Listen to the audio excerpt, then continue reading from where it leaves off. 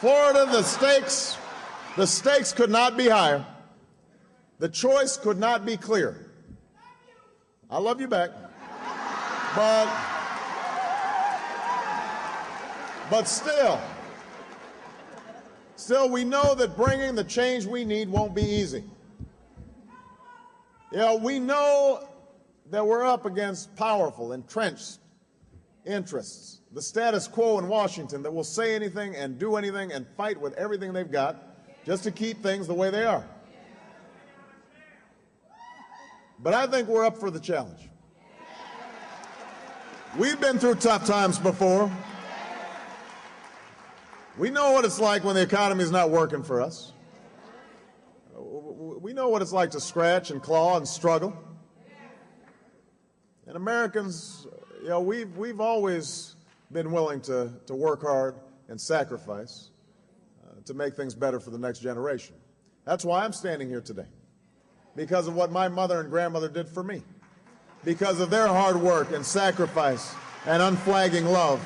That's why all of us are here today, because the women who came before us, who reached out for the ballot box and raised families and traveled those lonely roads to be the first one in college, or the first one in the boardroom, or the first one in the courtroom, first one on the battlefield, first one on the factory floor, first woman president of a university, first governor of Arizona, first woman governor of Kansas. Women like my friend Hillary Clinton, who put 18 million cracks in that glass ceiling so that my daughters and all our sons and daughters could dream a little bigger and reach a little higher. Now it's our turn. Now it's our turn to make those sacrifices so that the next generation doesn't have to. Our turn to open the doors of opportunity that our daughters and granddaughters will one day walk through. Our turn to fulfill the promise of this great nation, that each of us, no matter what our background or where we come from, each of us has a chance to make it if we try. That's what I think about when I meet folks on the campaign trail, hearing their stories, finding out how hard they're working, their modest dreams for a better life for their children.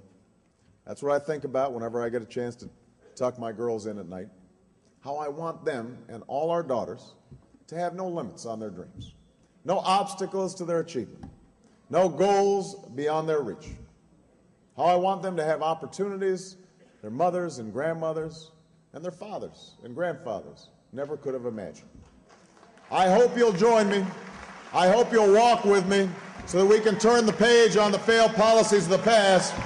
And if you make that commitment, if everybody out here is getting registered, if everybody's out there volunteering, if all of you are doing a little community organizing, if you're making phone calls and sending out emails and knocking on doors and talking to folks at church, if you've decided that you want to roll up your sleeves and join with me and change this country block by block, neighborhood by neighborhood, county by county, state by state, then I promise you this, we will not just win Florida, we will win this general election, and then you and I together, we're going to change this country and change the world. Thank you, Daytona Beach. God bless you.